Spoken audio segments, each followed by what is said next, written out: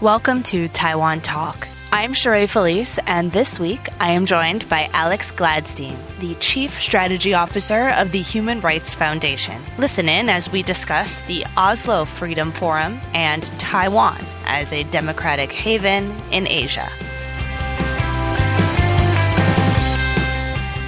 Hi, Alex. How are you? I'm well. Thanks for having me on. Of course. Why don't you tell me a little bit about your role and what the Human Rights Foundation is?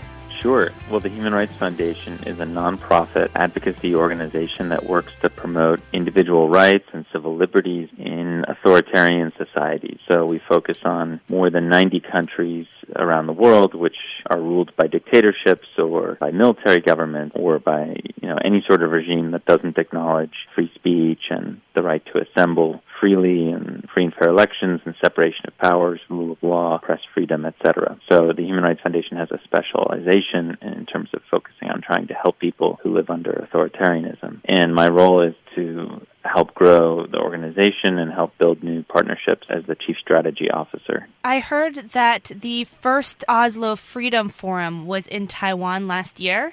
Is that correct? Yeah, so in 2009 we started a conference series in Norway called the Oslo Freedom Forum, which brings together people from different backgrounds, different industries, to think about how they can help protect and promote human rights and civil liberties around the world. And the traditional format is brave and extraordinary activists and journalists get to tell their story on stage in a kind of a TED-style lecture format that kind of very engaging and something that's very entertaining, ideally, so that you remember what they say in a sort of a brief format. And then we kind of surround that with all kinds of interactive programming. So last year we brought this experience to Asia for the first time and had the first Oslo Freedom Forum in Taiwan. It was last November. And this year we're going to be coming back to Taiwan, and we will be hosting the Oslo Freedom Forum here in Taiwan on the 13th of September. Do you know the reason why Taiwan was chosen to host this forum? Yes, absolutely. The Human Rights Foundation was looking to do this in Eastern Asia, and there aren't that many fully fledged democratic states where we could actually host such a thing.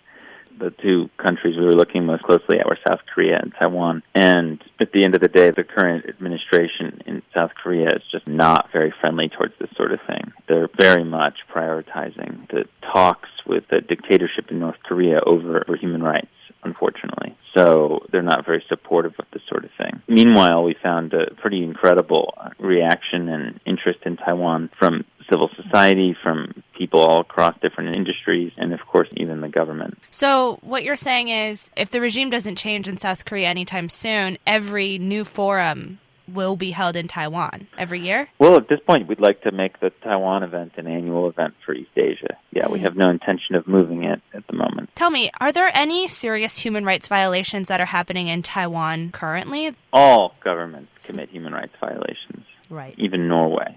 We work only on authoritarian governments, not because democracies don't do bad things, but because in democracies there's a way for citizens to correct or address or seek grievances. So, for example, in a place like Taiwan or the United States, we can sue the government. We can write articles in the media criticizing certain things. We can expose corruption, et cetera, et cetera. These things are just simply not possible in a place like China or in a place like North Korea or Vietnam. So our goal is to explain why it's important for us to celebrate and build civil liberties and free and open societies. So we would be focusing on China and Vietnam and North Korea and Cambodia and Thailand and Burma, for example, in the region.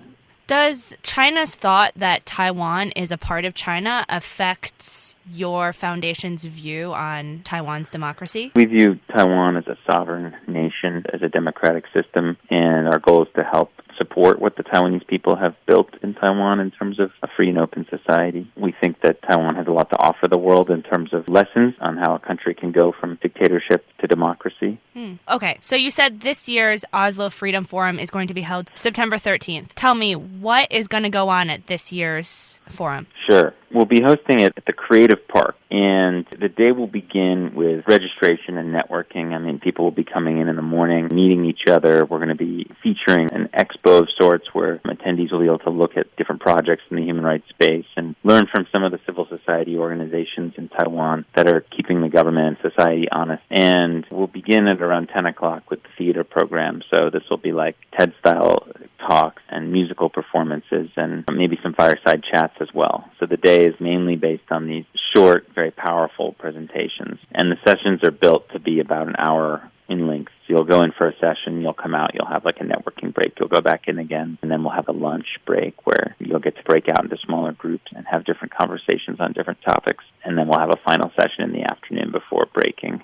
Topics you can expect to hear about include disinformation and election interference, the fight for free speech and independent media in Eastern Asia, the struggle for LGBT rights and transgender rights, certainly what's happening in Hong Kong and China's sort of goal and intention of basically crushing democracy and freedom in Hong Kong and how connected that is to their plans for Taiwan. We'll be having a strong look at North Korea, and despite what you see with the world leaders hanging out with Kim Jong-un and laughing it up, that there's simply horrific things happening to the North Korean people, and that there are ways for us to help them on our own, peacefully, from a civil point of view, where we don't have to follow the lead of our governments who seem intent on legitimizing the North Korean dictator. That's some of the content you might see.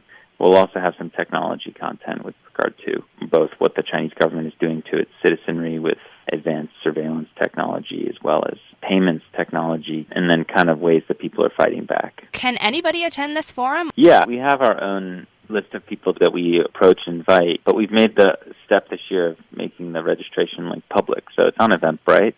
Anybody can attend. We will, of course, screen for certain people and work with the local authorities to make sure that it's a safe environment. So anyone who attends has to input a certain amount of information about themselves so that we can understand who you are. And there will be security there. Obviously, there's some high-profile speakers.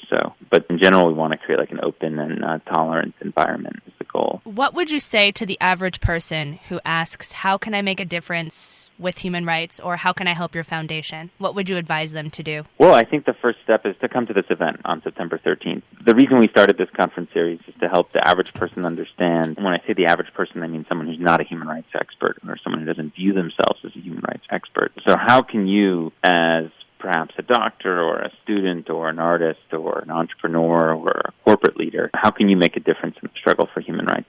Well, the first thing is to come to the Oslo Freedom Forum, hear the stories of these people. They will inspire you in different ways. They all are part of a movement or a struggle that needs support. And there's so many different ways to provide support. I mean, there's ways to provide moral support to show solidarity. There's ways to provide logistical support. I mean, a lot of these organizations need lawyers. They need people to help them with documents to visit different countries. They need translation help. They need web help or perhaps creative help. There's a lot of sort of logistical, technical help that these organizations need. Of course, they all need money and funding to do their work more, so maybe there's ideas there. But at the end of the day, there's so many different interesting ways that you can help people, and it starts with just showing up and listening and learning and then trading notes. Can you tell me who you're most looking forward to seeing on the stage this year? Sure. I mean, there's a couple highlights. You're seeing in the news right now that there's quite a famous singer from Hong Kong named Denise Ho, who's been helping lead the protest movement there. She's currently in Geneva testifying at the UN Human Rights Council on police brutality in Hong Kong and the very real implications of the extradition bill. So she's going to be speaking, and she's a really amazing speaker and carries a really strong, timely message. Also, Mr. Tae-Young-ho is coming, as well as Yeonmi Park. Yeonmi Park and Tae-Young-ho are both born in North Korea. So Yeonmi Park escaped as a young woman and wrote about her story in a book which sold a ton of copies in Taiwan. So I would highly recommend people come and listen to her story. It's stunning. And, she comes from the activist point of view, meaning she escaped as a citizen. Tae-Young-ho has a totally different story. I mean, Tae-Young-ho is the highest-ranking diplomat to ever escape from North Korea. So his job was to go around the world and brainwash people into making them believe that North Korea was a good government. And he did this all over Europe. And one day, he just decided with his family to leave. So they just left from the North Korean embassy in London, walked out the door, and went to the South Korean embassy. So